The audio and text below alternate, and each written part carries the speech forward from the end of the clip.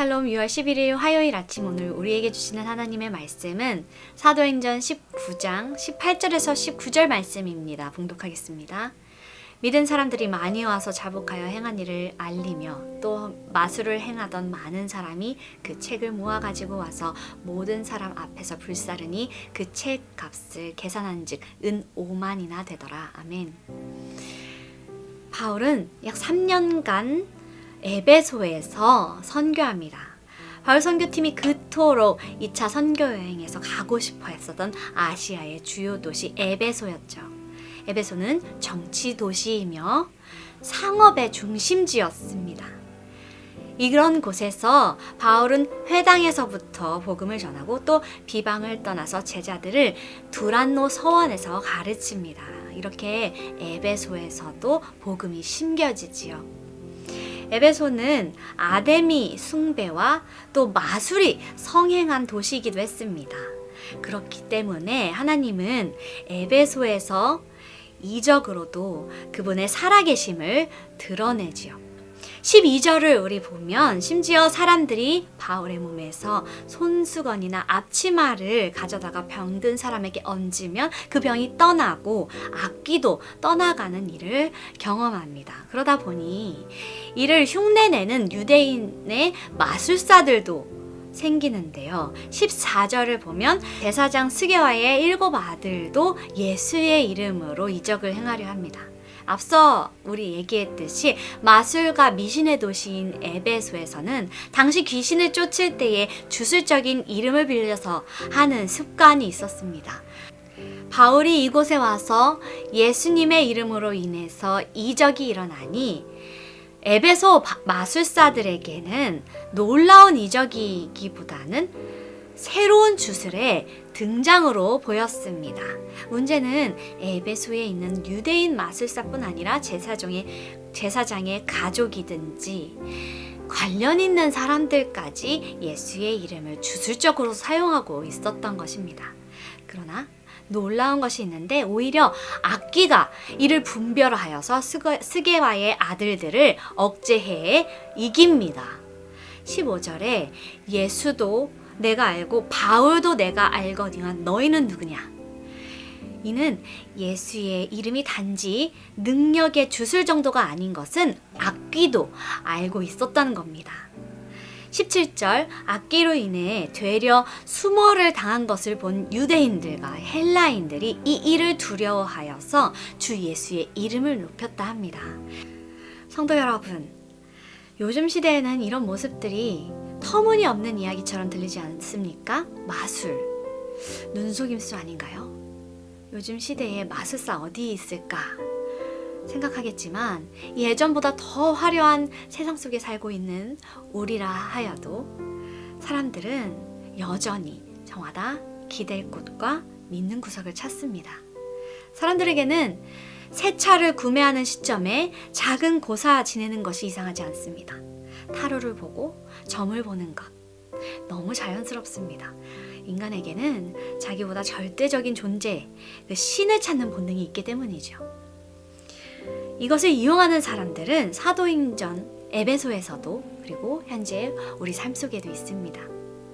현재 풀리지 않는 문제가 풀리기를 원하거나 불투명한 미래가 뚜렷해지길 원하는 사람들은 꾸준히 있지요. 이를 이용해서 돈을 벌고 자기 욕심을 채우는 사람들도 끊임없습니다.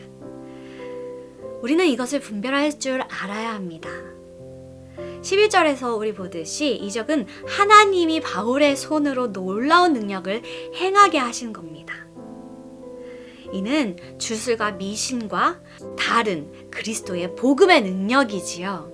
그러나 스게와의 7 아들은 단지 예수님의 이름만 가져와서 능력을 행하려고 했습니다. 15절 보면 악귀는 자기를 쫓으려도 했었던 스게와의 아들들이 입술로 말한 그 예수에 대한 믿음이 없이 흉내낸 것도 알아챕니다. 이 상황은 별것 아닌 귀신조차도 영적인 존재이기 때문에 그 영적인 존재로서 일한다는 것을 이야기하고 있습니다. 그렇기 때문에 우리는 영적인 행위를 가볍게 여기지 않고 하나님의 말씀과 그 반대되는 영적 행위에 대해서 분별력을 가져야 합니다. 이는 교회 안에서도 예외가 없습니다. 예수님의 이름과 관련된 일들이 진정으로 예수님이 함께 하시는 일인지 우리 안에서도 늘 돌아봐야 할 것입니다. 늘 우리 마음속에서도 예수님의 이름으로 행하면서 예수님이 없이, 예수님이 빠진 상태에서 나의 의와 욕심으로 하는 일이 있다면 이 말씀을 음성으로 들으시기를 바랍니다. 악기가 스게어의 아들들을 되려 공격한 것을 알고 주술을 사용하던 자들이 18절과 같이 예수의 이름을 높이면서 회개합니다. 그리고 어떻게 합니까? 자신들의 마술책을 많은 사람들 앞에서 태워버립니다. 성도 여러분, 이미 이 예배소에서는 성행되어 있었던 마술입니다. 그리고 이들은 꽤 인정받던 자들이었죠.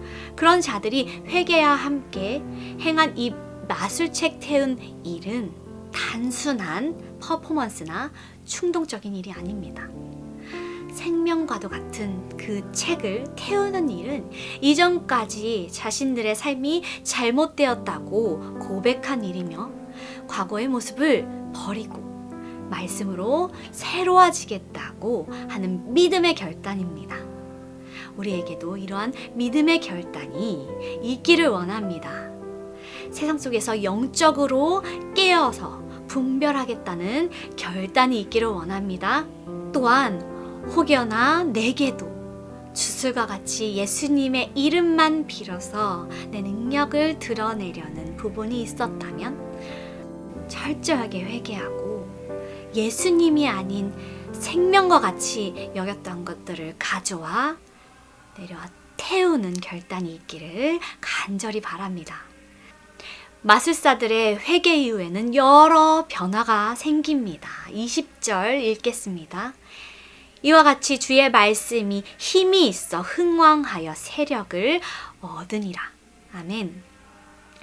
회개의 사건 이후에 더욱더 주님의 말씀이 이곳에 힘있게 전파됩니다.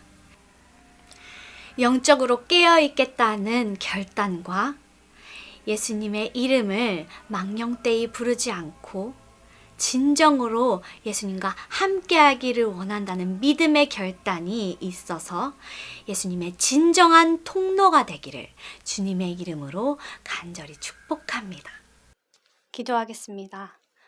하늘에 계신 우리 아버지여, 이름이 거룩히 여김을 받으시오며 나라가 임하시오며 뜻이 하늘에서 이루어진 것 같이 땅에서도 이루어지이다. 오늘 우리에게 일용할 양식을 주시옵고 우리가 우리에게 죄 지은 자를 사하여 준 것 같이 우리 죄를 사하여 주시옵고 우리를 시험에 들게 하지 마시옵고 다만 악에서 구하시옵소서.